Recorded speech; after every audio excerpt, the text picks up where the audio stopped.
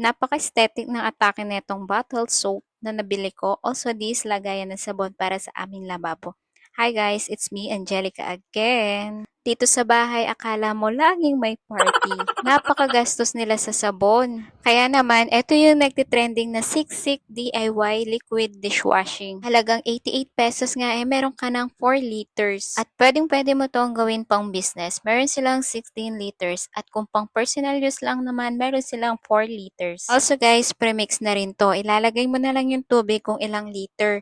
And after 10 minutes, meron na kayong napaka-quality na dishwashing liquid. Ito nga munang kalamansi yung tinry namin. Siguro naman makakatipid na kami sa liquid dishwashing ngayon. Sobrang dali nga lang niyang gawin kahit nasa bahay ka lang. Let's do it na guys kung anong kakalabasan netong dishwashing liquid namin. Actually guys, ginawa ko to nung second week ng January pa.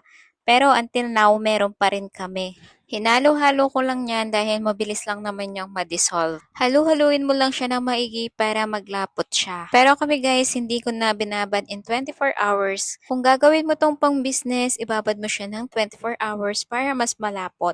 Dahil kami guys, personal use naman, pwedeng-pwede na to. At para may magamit na kami mamaya, wala na kasi kaming sabon. Normal lang na may bula-bulayan dahil nga nahalo natin siya. At kung maibababad mo naman siya ng 24 hours guys, mawawala yan at magiging malapot. Kaya kung gusto nyo mag-business guys, eto na yung para sa inyo. I-try nyo na din. Gaya na nga ng pamangkin ko sa mga lagayan yung nagawa namin. Successful naman yung paggawa natin dahil sobrang ganda talaga. At huwag kayong mag-alala guys, mamantika yung plato, kayang-kaya niyang tanggalin yan. So dahil hanggang ngayon, meron pa din to, kaya naman pag naubos, eto pa rin yung gagamitin namin. Mas makakatipid na kami sa pagbili ng dishwashing liquid dahil meron na nito. Simula na na-discover ko to guys, eto na talaga yung bibilin ko ulit. Napakaganda nga netong nabili kong bottle dishwashing liquid. Sa halagang 74 pesos, meron ka ng 500 ml. Dalawang sizes to, kaya kinuha ko na yung pinakamalaki. Meron silang dalawang kulay, black and white. Pinili ko na yung puti para mas mukhang aesthetic.